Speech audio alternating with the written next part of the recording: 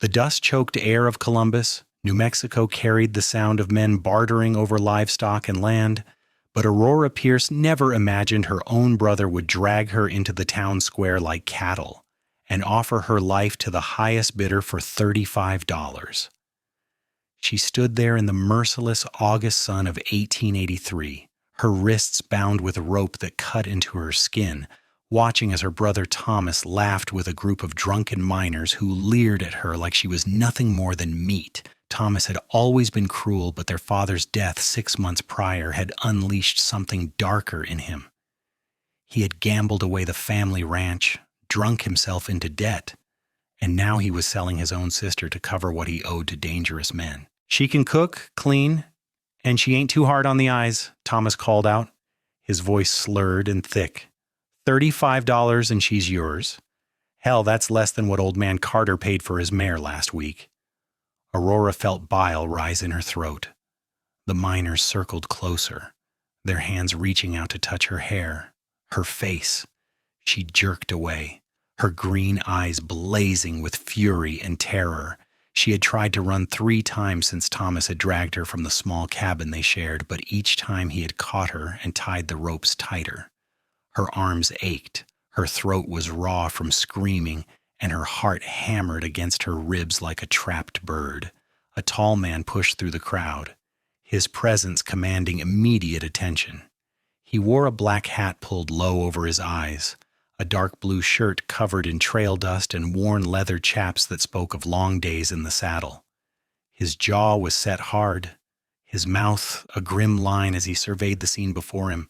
Aurora noticed his hands first, large and calloused, resting near the pistol at his hip. Not in threat, but in readiness. "What's the asking price?" The stranger's voice cut through the jeering crowd like a knife. Thomas straightened, sensing money. $35, friend. She's a good worker, I promise you that." The stranger's dark eyes, almost black in the harsh sunlight, moved from Thomas to Aurora. She met his gaze and saw something flicker there, something that looked almost like rage, but it was controlled and cold. He studied the ropes on her wrists, the bruise forming on her cheek where Thomas had struck her that morning, the way she held herself despite the humiliation, back straight and chin lifted. $50, Renam, the stranger said flatly. The crowd murmured. Thomas's eyes went wide with greedy delight.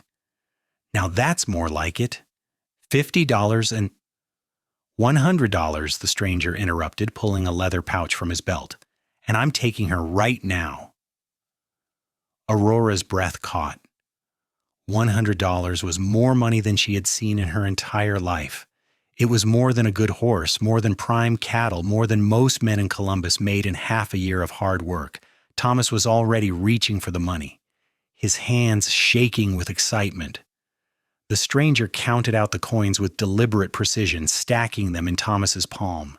"This makes her mine, legally and completely. You got no claim on her ever again. We clear?" "Clear as day, friend.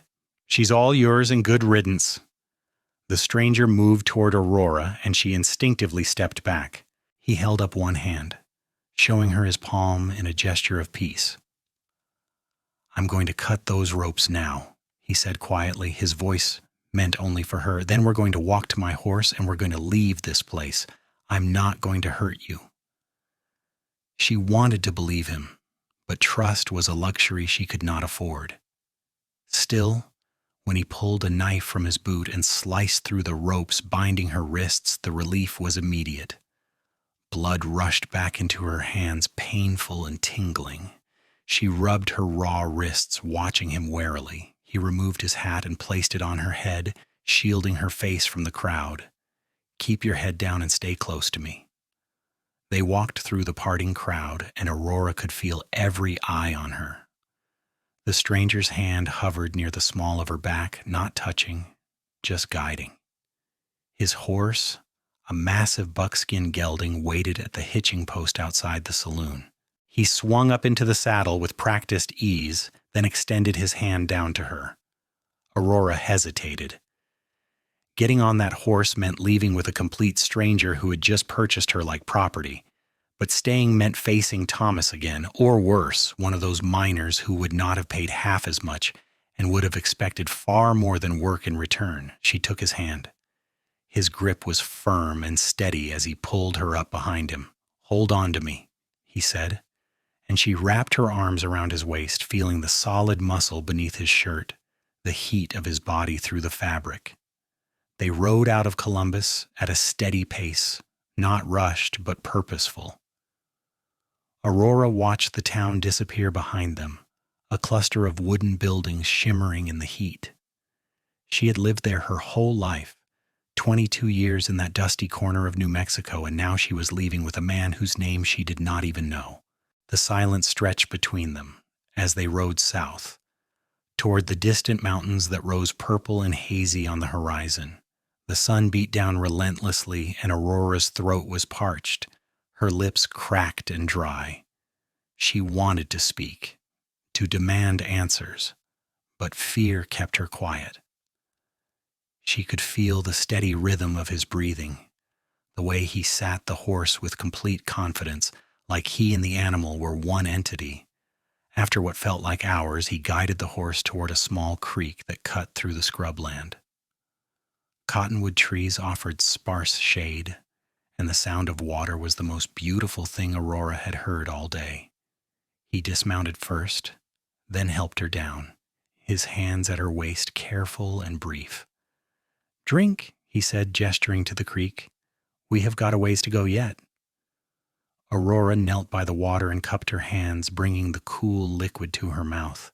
She drank deeply, washing away the dust and fear, at least temporarily. When she finally looked up, he was watering the horse, his back to her. She studied him in profile. Strong features, a nose that looked like it had been broken at least once, dark hair that curled slightly at his collar, and a scar that ran from his left eyebrow into his hairline. "What's your name?" she finally asked, her voice rough. He turned to face her. "Quinn Sullivan. Most people call me Quinn." "Aurora Pierce," she said, though he probably already knew from Thomas's drunken rambling. "Why did you pay so much for me?" Quinn crouched down near the creek, filling his canteen. "Because $35 was an insult. You're a human being, not livestock. I wasn't about to let those miners get their hands on you for pocket change." "That doesn't explain why you paid at all," Aurora pressed, moving closer. "You could have just walked away." His jaw tightened. "I could have, but I didn't." He stood, meeting her eyes directly. "I got a ranch about 20 miles south of here near the border. I need help running it. You can work for me, earn your keep. And when you have saved enough to go wherever you want to go, you can leave. Free and clear." Aurora searched his face for deception and found none, only a weary honesty that surprised her. "You spent $100 to hire a ranch hand?" "I spent $100 to keep you alive," Quinn corrected. "The work is just so you don't feel beholden." Something in Aurora's chest loosened slightly, a knot of terror unraveling just a fraction. "And you expect nothing else from me?" Quinn's expression hardened. "I expect honest work and straight dealing. That's all. You have got my word on that, and my word is good." She wanted to believe him. She had to believe him, because the alternative was too terrifying to contemplate. "All right," she said softly. "I will work for you. But I want to know, if I ask to leave, you will let me go?" "The moment you ask," Quinn said. "You're not a prisoner, Aurora. You're not property. What happened back there was legal in the eyes of those men, but it was not right. I aim to make it right." They remounted and continued south. The landscape shifted gradually from desert scrub to rolling grassland dotted with mesquite and yucca. The sun began its descent, painting the sky in shades of orange and gold. Aurora's body ached from the long ride, her legs cramping from gripping the horse, but she said nothing. Quinn stopped once more as dusk settled, building a small fire and producing jerky and hardtack from his saddlebags. "Not much, but it will hold us until we get home tomorrow," he said, handing her a portion. They ate in silence, the fire crackling between them. Coyotes yipped in the distance, and the night air cooled quickly, making Aurora shiver.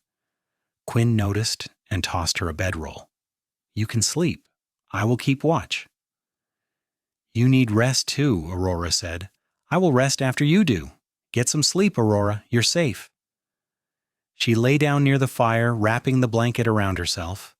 Despite her exhaustion, sleep did not come easily. She watched Quinn through half-closed eyes as he sat with his back against a rock, his rifle across his lap, his gaze scanning the darkness. He had called her priceless. No, he had not said the word, but his actions had declared it. $100 when her brother had valued her at 35. The difference felt monumental, like the space between worthless and worthy. When Aurora finally slept, she dreamed of her mother, who had died when Aurora was 15. Her mother's voice whispered things she could not quite hear, but the tone was comforting, reassuring. When she woke at dawn, Quinn was making coffee in a battered tin pot, the smell rich and welcome. "Morning," he said, handing her a cup. "We should reach the ranch by midday." The landscape continued to change as they rode, becoming greener, more lush. They crossed a wide river that Quinn called the Mimbres, the water clear and cold, teeming with small fish. Aurora saw deer grazing in a meadow and hawks circling overhead. It was beautiful in a wild, untamed way that made her heart ache. The ranch appeared as they crested a rise, nestled in a valley with mountains rising protectively behind it. The house was modest but well-built, made of adobe with a covered porch that wrapped around two sides. There was a barn, a corral with several horses, and what looked like a chicken coop. Smoke rose from the chimney, and Aurora felt a flicker of confusion. "Someone's here," she said. "That would be Miguel," Quinn explained. "He helps me run the place. Good man. Been with me for 3 years now." They rode into the yard, and a man emerged from the barn, wiping his hands on a rag. He was older than Quinn, maybe 45, with silver streaking his black hair and a weathered face that spoke of long years under the sun. His eyes went from Quinn to Aurora and back again, curiosity evident. "Quinn, you are back early," Miguel said in accented English, "and with company." "This is Aurora," Quinn said, dismounting and helping her down. "She is going to be helping around here. Aurora, this is Miguel Reyes, best horseman in New Mexico." Miguel's expression was kind as he nodded to her. "Welcome, señorita. I am glad to have help. This one works me too hard." Quinn actually smiled, a brief flash of warmth that transformed his serious face.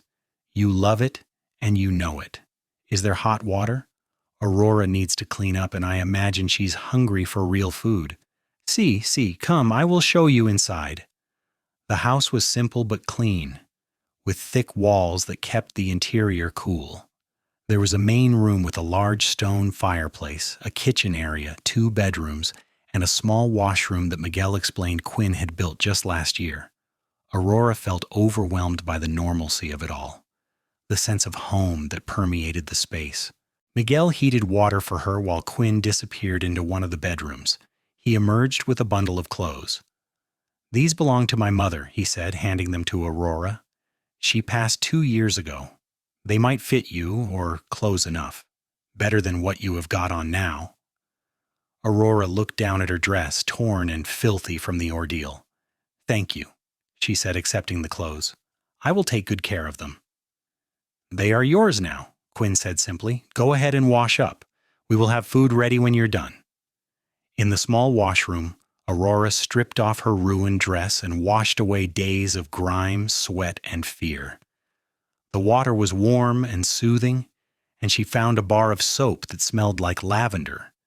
She scrubbed her skin until it was pink, washed her long dark hair, and tried to work out the tangles with her fingers. When she finally dressed in the clean clothes, a simple blue dress that fit surprisingly well, she felt almost human again. When she emerged, Quinn and Miguel had set out a meal of beans, fresh bread, and roasted chicken. Aurora sat at the rough wooden table and ate slowly, savoring every bite. Miguel chattered about the ranch, telling her about the horses they bred, the cattle they raised, and the garden he maintained behind the house. Quinn listened, occasionally adding details, his eyes often returning to Aurora as if checking to make sure she was real, that she was all right. After the meal, Miguel excused himself to finish work in the barn, leaving Quinn and Aurora alone. The silence stretched, comfortable now rather than tense. Quinn poured more coffee, his movements economical and practiced. "Why did you really buy me?" Aurora asked, the question that had been burning in her mind since Columbus. Quinn set down his cup and looked at her directly. "I had a sister once, Caroline. She was 2 years younger than me, sweet as summer honey. When I was 20 and she was 18, a man came through our town in Texas. He was charming, had money, said all the right things. She fell in love with him, or thought she did. He convinced her to run away with him, promised her the world." Quinn's hands tightened around his cup, his knuckles white. "I tried to stop her, but she would not listen. 3 months later, I found her in a brothel in El Paso. He had sold her, Aurora, sold her like she was nothing. And by the time I found her, she was so far gone she didn't even recognize me. She died a week later.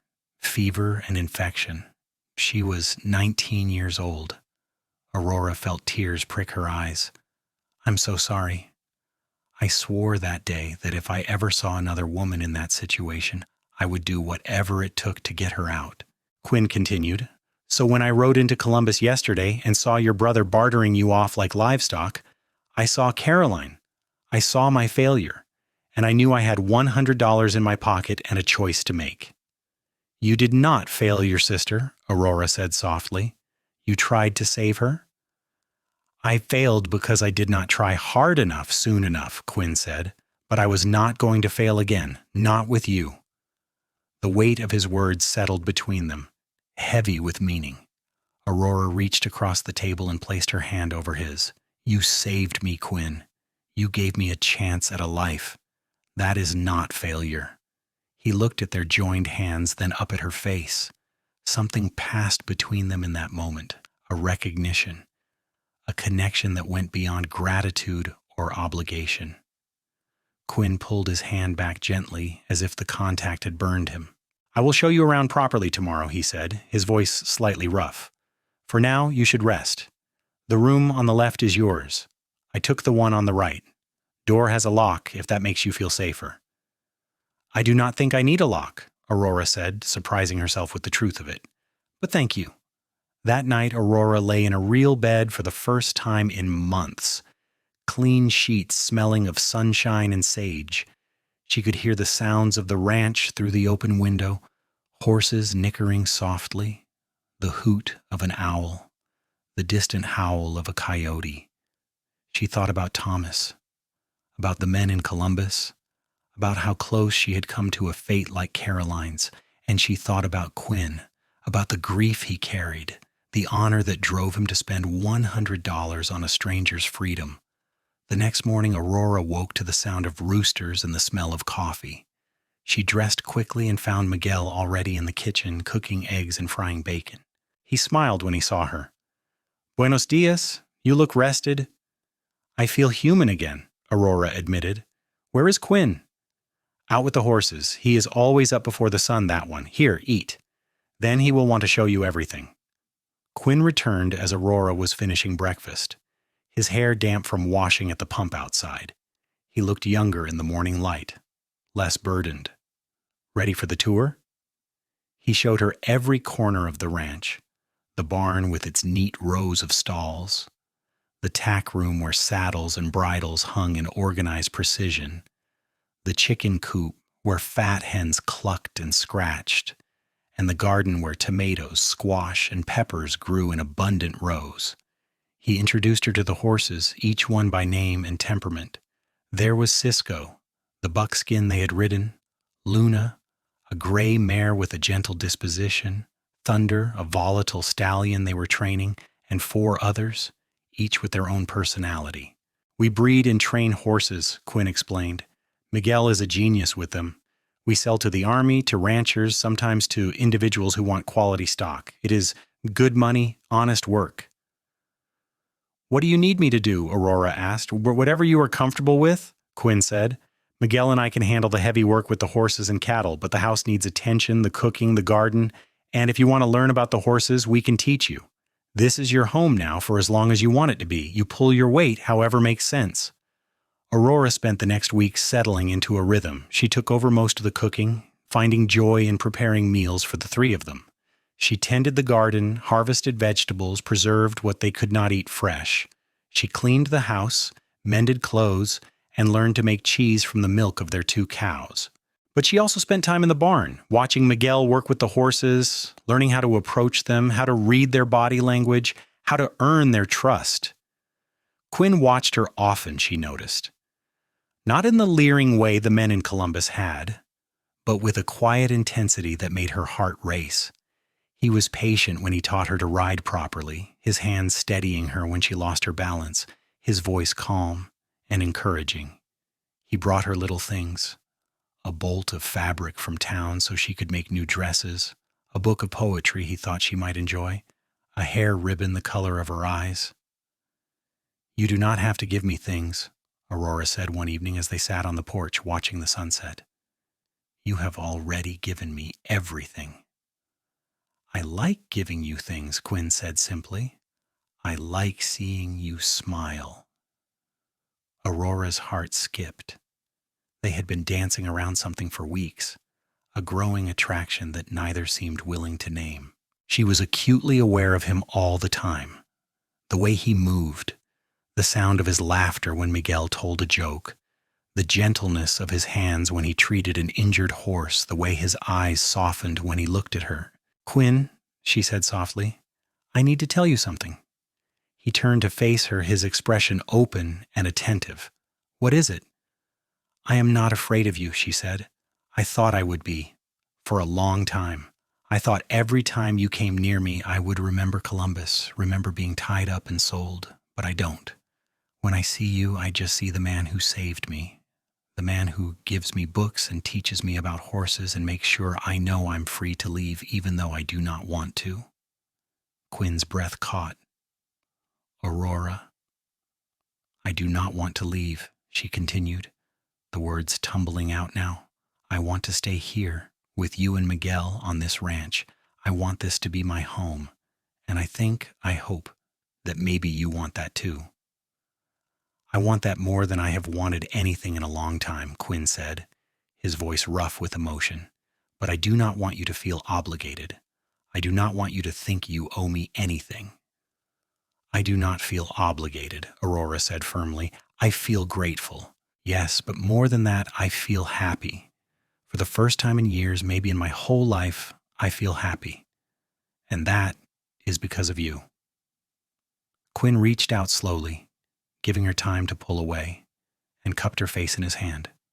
His palm was warm and calloused, his touch achingly gentle. "You are the most remarkable woman I have ever met," he said. "You have been through hell, and yet here you are stronger than steel. I think about you every moment of every day. I think about making you smile, about keeping you safe, about building a life with you if you would have me." "I would have you," Aurora whispered. "I already do, I think." He kissed her then, soft and careful, like she was something precious. Aurora melted into him, her hands coming up to grip his shirt, holding him close. The kiss deepened, and she felt years of loneliness and fear fall away, replaced by something bright and hopeful and real. When they finally pulled apart, both breathing hard, Quinn rested his forehead against hers. "I love you, Aurora Pierce. I think I have since the moment I saw you standing in that square, defiant even with your hands bound. You are priceless, do you understand? Absolutely priceless." Tears streamed down Aurora's face, but they were good tears, joyful tears. "I love you too, Quinn Sullivan. You gave me back my life, and now I want to give you my heart." "I will treasure it," he promised. "Every single day I will treasure it." Miguel found them that way, wrapped in each other's arms on the porch, and he just smiled and shook his head. "Finally," he muttered in Spanish, "I thought you two would dance around each other forever." The next months were the happiest of Aurora's life. She and Quinn courted properly, with Miguel as their ever-present and amused chaperone. Quinn took her on picnics to beautiful spots in the mountains, taught her to shoot a rifle, and held her hand as they walked through the fields at sunset. They talked for hours about everything and nothing, their childhoods, their dreams, their fears, their hopes for the future. Quinn told her about growing up in Texas, about learning to ranch from his father, about the heartbreak of losing Caroline and then his parents within a year of each other. Aurora told him about her mother's gentle spirit, about her father's decline after her mother's death, about Thomas's transformation from merely neglectful to actively cruel. "Do you ever think about him?" Quinn asked one evening. "About Thomas?" Aurora considered the question carefully. "Sometimes, but not with anger anymore, just sadness. He is my brother, and I cannot change that. But he is not my family. You are my family now, you and Miguel." "Speaking of family," Quinn said, his voice taking on a nervous edge, "I've been thinking about something." Aurora looked at him curious. "What is it?" Quinn took her hand, his thumb rubbing gentle circles on her palm. "I want to marry you, Aurora.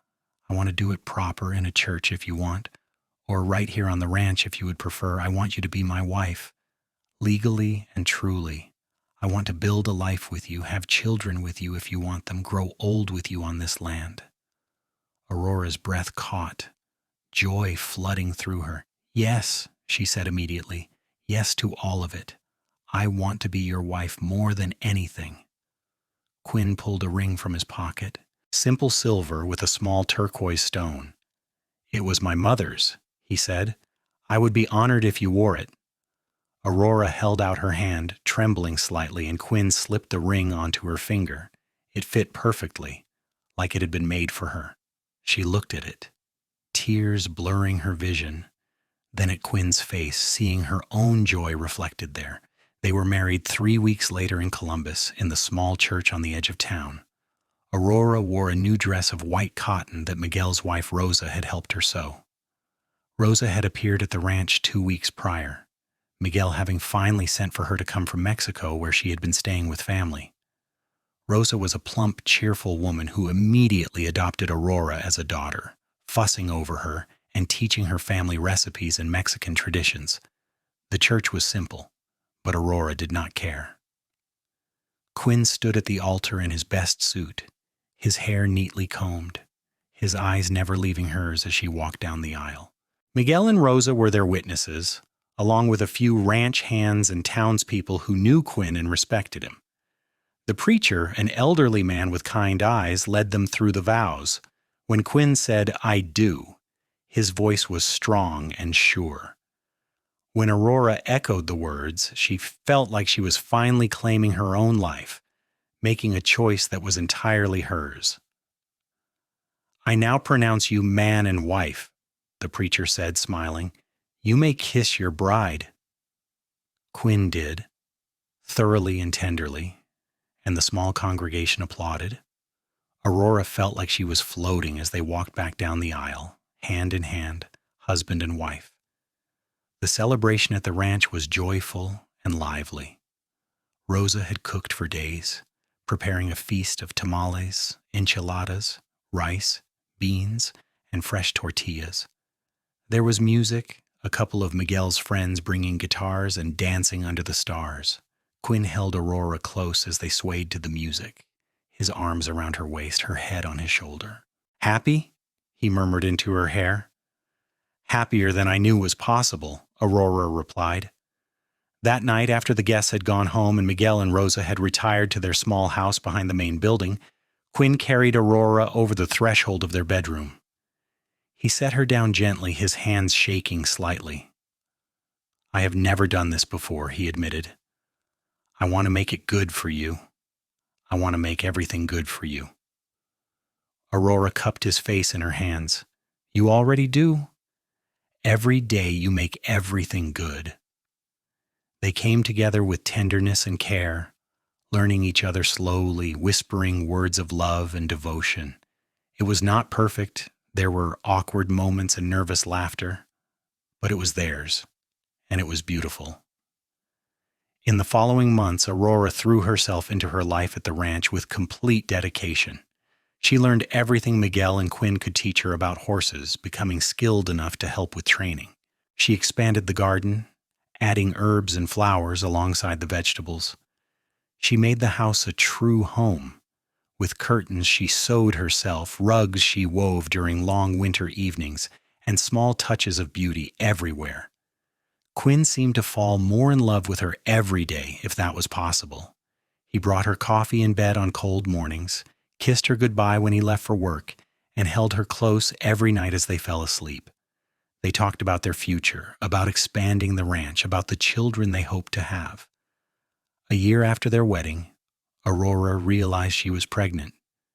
She told Quinn one evening as they sat by the fire, his hand resting on her still, flat stomach. He stared at her for a long moment, then pulled her into his arms, holding her so tight she could barely breathe. "We are going to have a baby," he whispered, awe in his voice. "A baby, Aurora." "Are you happy?" she asked, though she could feel his joy in every line of his body. "I am terrified," Quinn admitted, "and yes, happier than I have any right to be." The pregnancy was relatively easy, though Aurora was sick in the mornings for the first few months. Rosa clucked over her like a mother hen, making her special teas and forcing her to rest. Quinn became even more protective, hovering until Aurora had to shoo him away so she could breathe. "I am pregnant.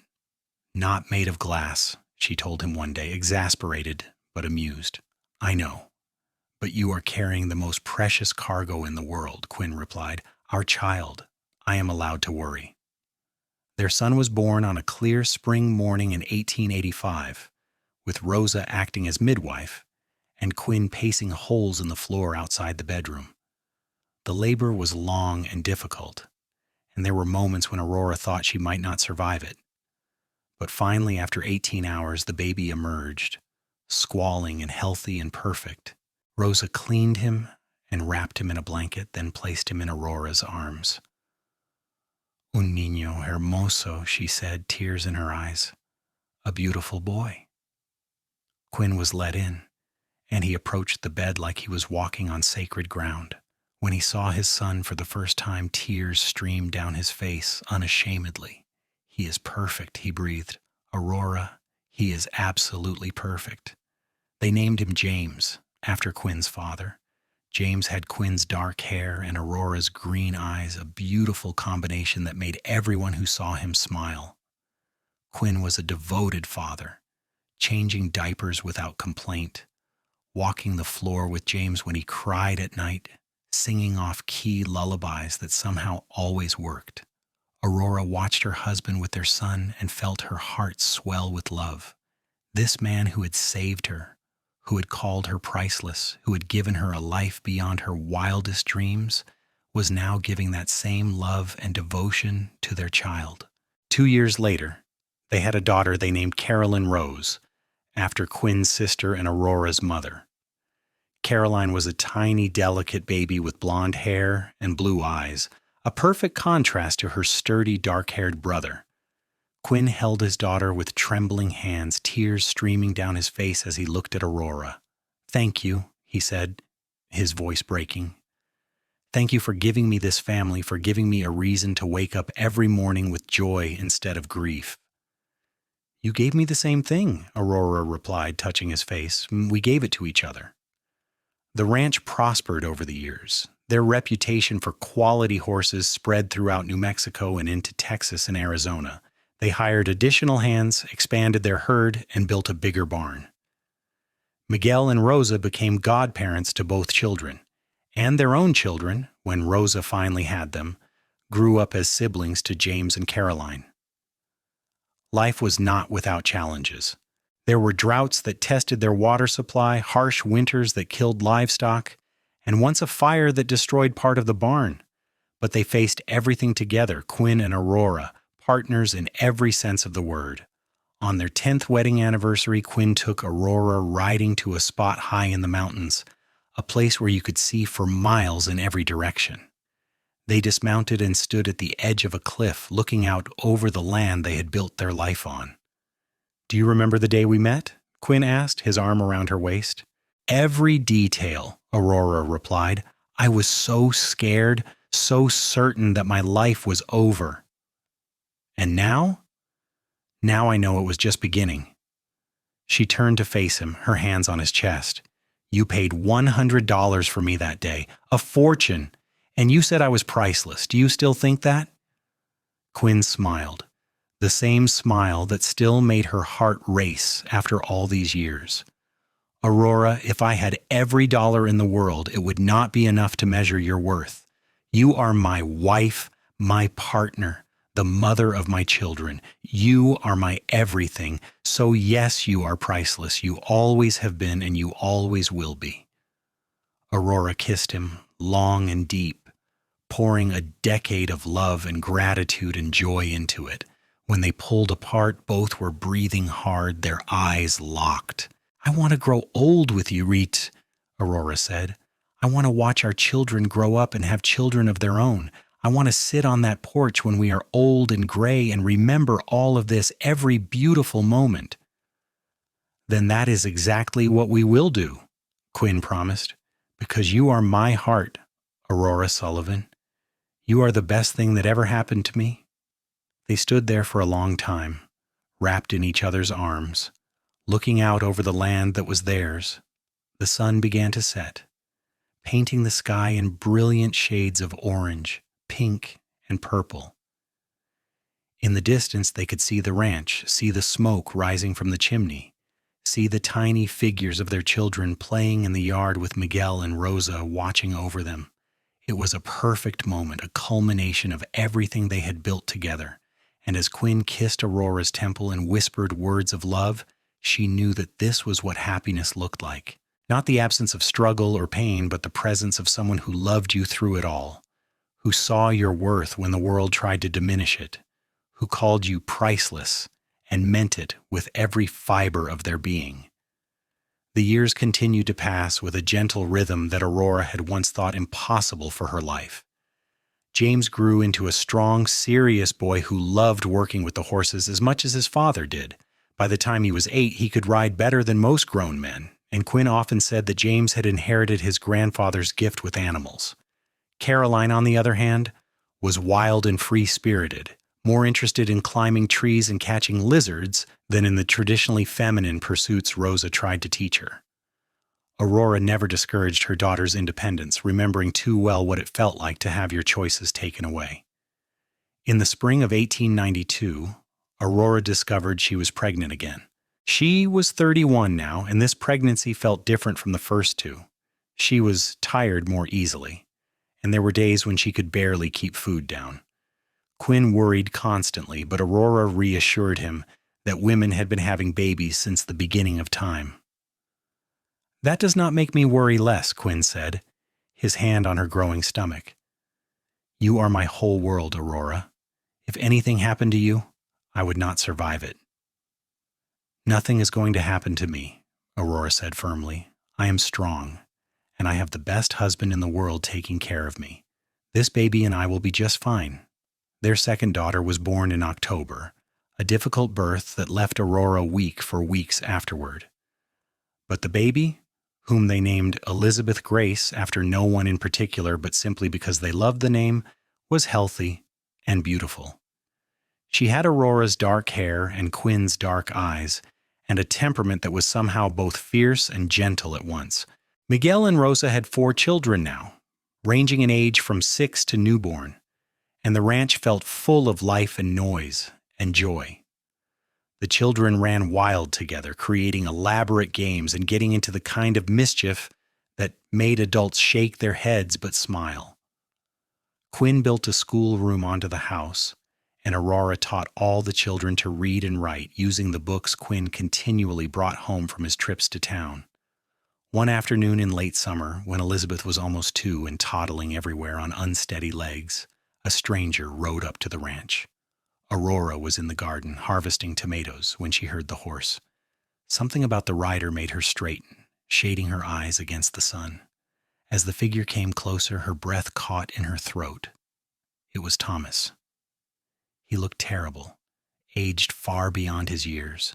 His face was gaunt and weathered, His clothes were little more than rags, and he rode a horse that looked half-starved. Aurora stood frozen as he dismounted, her heart pounding. She had not seen her brother in over a decade, had not thought of him in years. Quinn emerged from the barn, saw Thomas, and immediately moved to place himself between the stranger and Aurora. His hand rested on his gun, his body tense and ready. "That is far enough," Quinn said, his voice hard. "State your business." Thomas stopped, his eyes going from Quinn to Aurora. "Aurora, is that really you?" Aurora found her voice, though it shook slightly. "What do you want, Thomas?" "I came to see you," Thomas said, and his voice was broken, hollow. "I came to tell you I am sorry for what I did, for everything." Quinn's jaw tightened. "You have got some nerve showing up here after what you did." "I know," Thomas said, and he seemed to crumple in on himself. "I know I got no right, but I am dying, Aurora. The doctor in Columbus said I got maybe a few months, consumption. And before I go, I needed to see you, to tell you that selling you was the worst thing I ever done. It eats at me every day, knowing what I did to my own sister." Aurora felt a complex tangle of emotions: anger, pity, sadness, and a strange sort of peace. She walked forward past Quinn's protective stance until she stood a few feet from her brother. "He looked so small, so defeated. You almost destroyed me," Aurora said quietly. "Do you understand that? You sold me like I was nothing, to pay off your gambling debts. I could have ended up dead, or worse than dead." "I know," Thomas whispered. "I know, and I'm so sorry." "But I did not end up dead," Aurora continued. "I ended up here, with a man who saw my worth, who gave me a home and a family and a life I never dreamed possible. So in a way, Thomas, you gave me the greatest gift you ever could have, even though you meant to do the opposite." Thomas's eyes filled with tears. "You always were better than me, Aurora, even when we were kids. You had Mama's goodness in you.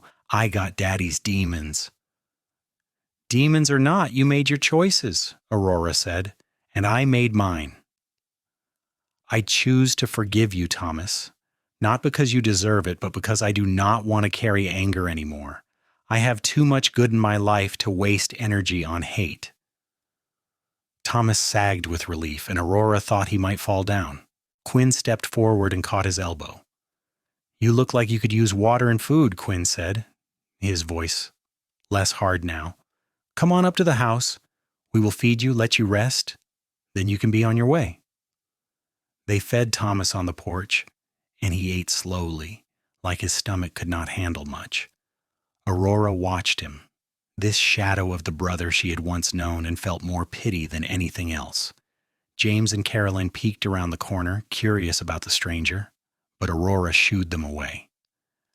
"You have children," Thomas said, watching them go, "and a good man for a husband." "The best man," Aurora agreed, taking Quinn's hand. "He is my partner, my best friend, and the love of my life." "I am glad," Thomas said. "I am glad something good came out of what I did, even if I did not intend it." Thomas stayed for 3 days, sleeping in the barn at his own insistence. He was too weak to travel further, and despite everything, Aurora could not turn him away. Quinn was wary, but allowed it, trusting Aurora's judgment. On the morning of the 4th day, Aurora found Thomas collapsed in the barn, blood on his lips from coughing. He died that afternoon with Aurora holding his hand, the consumption finally claiming him. They buried him on the ranch, under a cottonwood tree near the creek. Quinn made a simple cross, and Aurora said a few words, forgiving him one final time. She cried, not for the man he had been, but for the brother she had lost long before he ever sold her. "You all right?" Quinn asked that evening as they sat on the porch watching the sunset. "I am," Aurora said. "It feels like closing a door on the past. Everything that happened before I met you feels like a different life, a different person. Now I can finally let all of it go." Quinn pulled her close, kissing the top of her head. I love you, Aurora Sullivan. Every day I thank God that I walked into Columbus that day. And I thank God you had $100 in your pocket, Aurora said, smiling through her tears. Life returned to normal after Thomas's death, the rhythm of the ranch swallowing up the brief interruption. The children grew, the horses multiplied, and the years passed in a blur of seasons and celebrations. James turned 16 and announced he wanted to stay on the ranch forever, learning everything Quinn could teach him about breeding and training horses. Caroline, at 14, was restless and dreamed of traveling, of seeing the cities back east that she had read about in books. Elizabeth, at 12, was the peacemaker, the one who could soothe any argument and find joy in the simplest things. Quinn and Aurora grew older together, their love deepening with each passing year. There were streaks of silver in Quinn's dark hair now, and lines around Aurora's eyes from years of smiling. They still rode together in the evenings when work allowed, still sat on the porch and talked until the stars came out, still made love with the passion of newlyweds despite the years between them. In 1900, when Aurora was 39 and Quinn was 41, they celebrated their 17th wedding anniversary with a party that brought people from miles around. The ranch had become something of a landmark in that part of New Mexico, known for its quality horses and the couple who ran it with integrity and skill. Friends and neighbors filled the yard. There was music and dancing and more food than anyone could eat. As the sun set and the party continued, Quinn pulled Aurora away from the crowd, leading her to their special spot on the porch. He wrapped his arms around her from behind, his chin resting on her shoulder, as they watched their family and friends celebrate. 17 years, Quinn murmured. Seems impossible. Seems like yesterday I saw you in that square. Feels like a lifetime ago, Aurora replied. A whole different world. Do you ever regret it? Quinn asked. Staying here, choosing this life? Aurora turned in his arms to face him. Not for a single second. You gave me everything, Quinn. A home, a family, a purpose.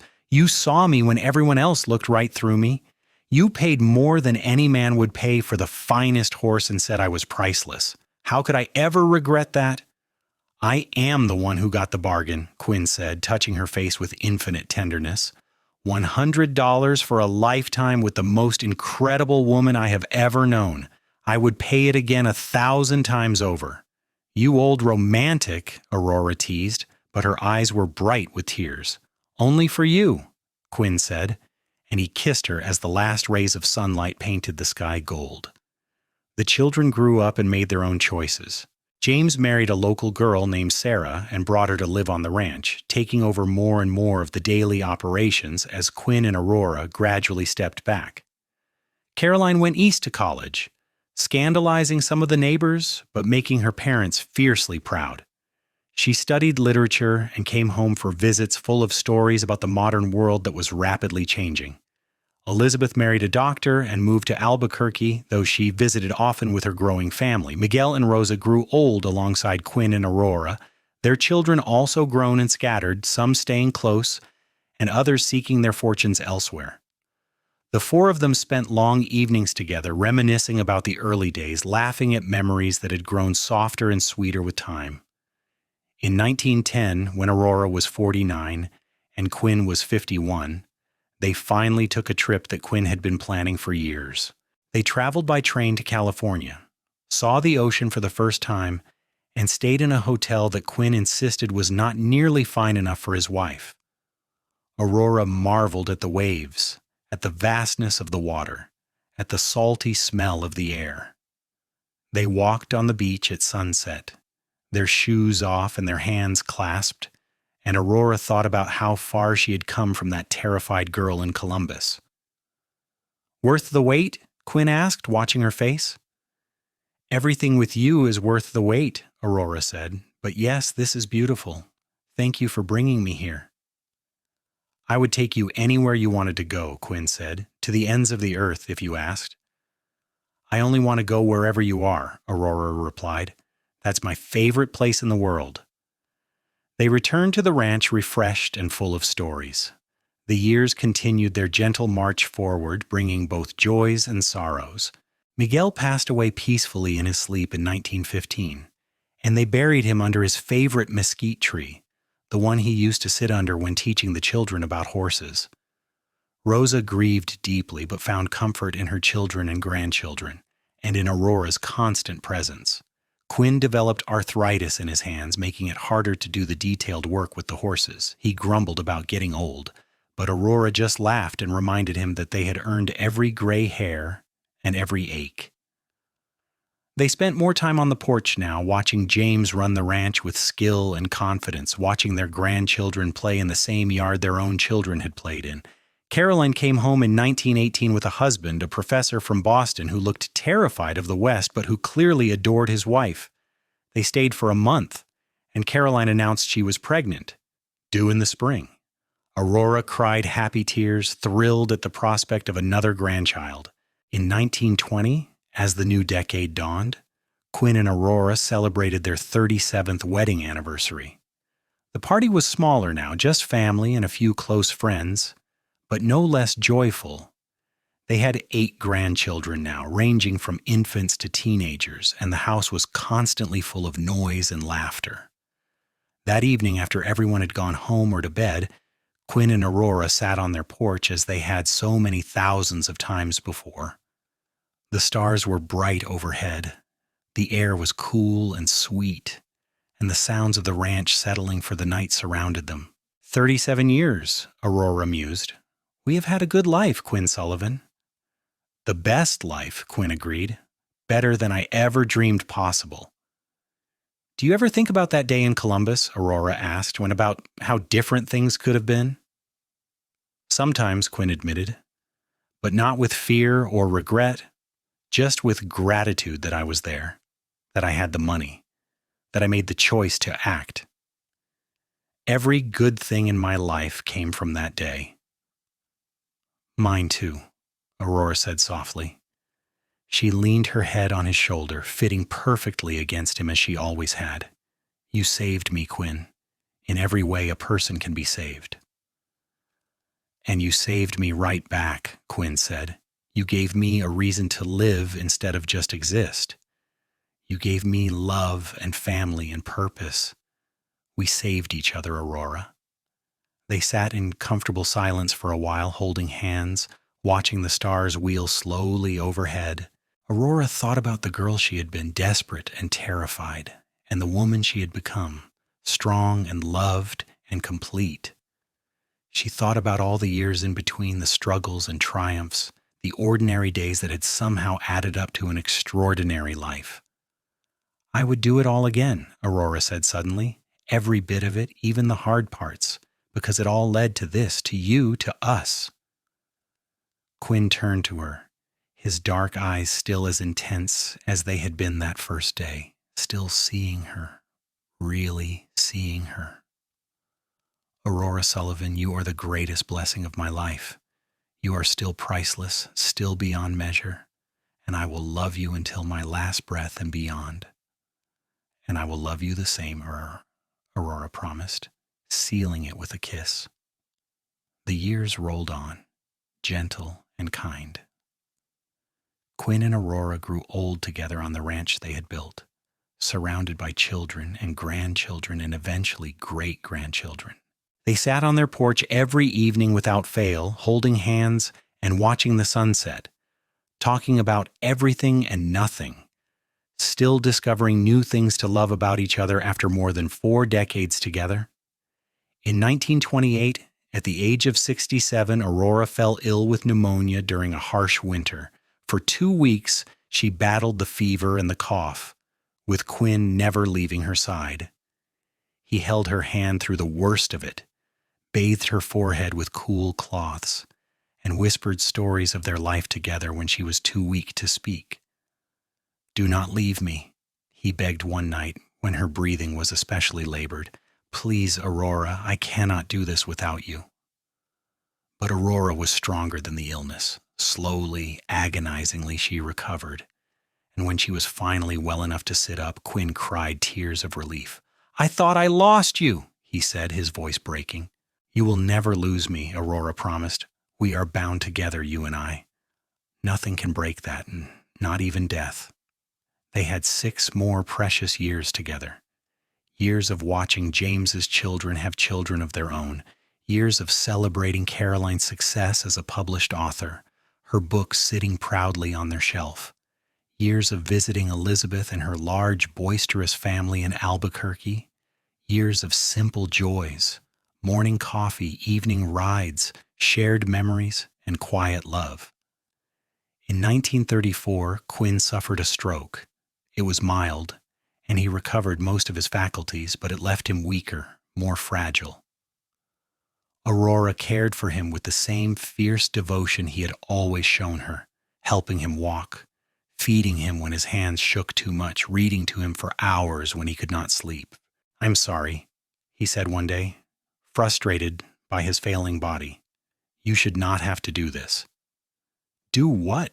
Aurora asked, genuine confusion in her voice. "Care for the man I love? Quinn, you spent 49 years taking care of me. Let me take care of you now. It is not a burden, it is an honor." Quinn died peacefully in his sleep on a warm spring night in 1935, 3 months after their 52nd wedding anniversary. Aurora found him in the morning, his face peaceful, his hand still reaching toward her side of the bed. She held him for a long time. This man who had saved her, loved her, built a life with her. She cried, but they were not tears of regret. They were tears of gratitude for every single day they had been given. They buried Quinn next to Miguel under the trees he had loved, on the land he had poured his heart into. The entire community came to pay respects, people whose parents Quinn had sold horses to, people whose lives he had touched in 100 small ways. James gave the eulogy, his voice steady despite his grief, talking about his father's integrity, his kindness, his unwavering love for his family. Aurora stood at the graveside, flanked by her 3 children, surrounded by grandchildren and great-grandchildren, and she felt Quinn's presence as surely as if he were standing beside her. He was not gone, not really. He lived in every person there, in the ranch they had built, in the love they had shared. After the funeral, after everyone had gone, Aurora walked to the porch and sat in her chair, Quinn's empty chair beside her. She looked out over the land, watched the sun set in brilliant shades of orange and pink, and whispered into the twilight. "Thank you," she said, "for seeing me, for saving me, for loving me. You called me priceless, but you were the treasure, Quinn Sullivan. You were my greatest treasure." Aurora lived for 9 more years, surrounded by her family, still sharp and bright despite her age. She told stories to her great-grandchildren about the Wild West, about a time when life was harder but somehow simpler. She told them about a cowboy who paid more than a good horse was worth to save a woman he did not know, and how that act of kindness had created a legacy of love that would last for generations. She passed away quietly in her sleep in 1944, at the age of 83. They buried her next to Quinn, their graves side by side as they had been in life. On her headstone, James had carved words that Aurora had requested. Aurora Pierce Sullivan, beloved wife, mother, grandmother, priceless.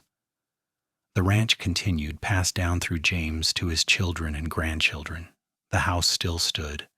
The porch where Quinn and Aurora had spent countless evenings still held their chairs. And on quiet nights when the wind blew just right, people said you could almost see them there, holding hands and watching the sunset together as they had always been.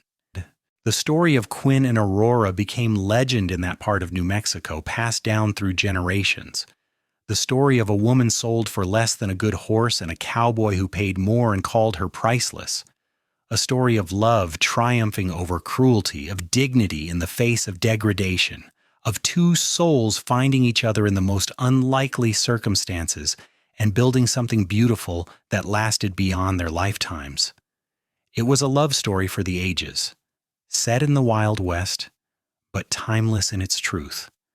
that every person has infinite worth, that love can heal even the deepest wounds, and that sometimes the best things in life come from the most unexpected places.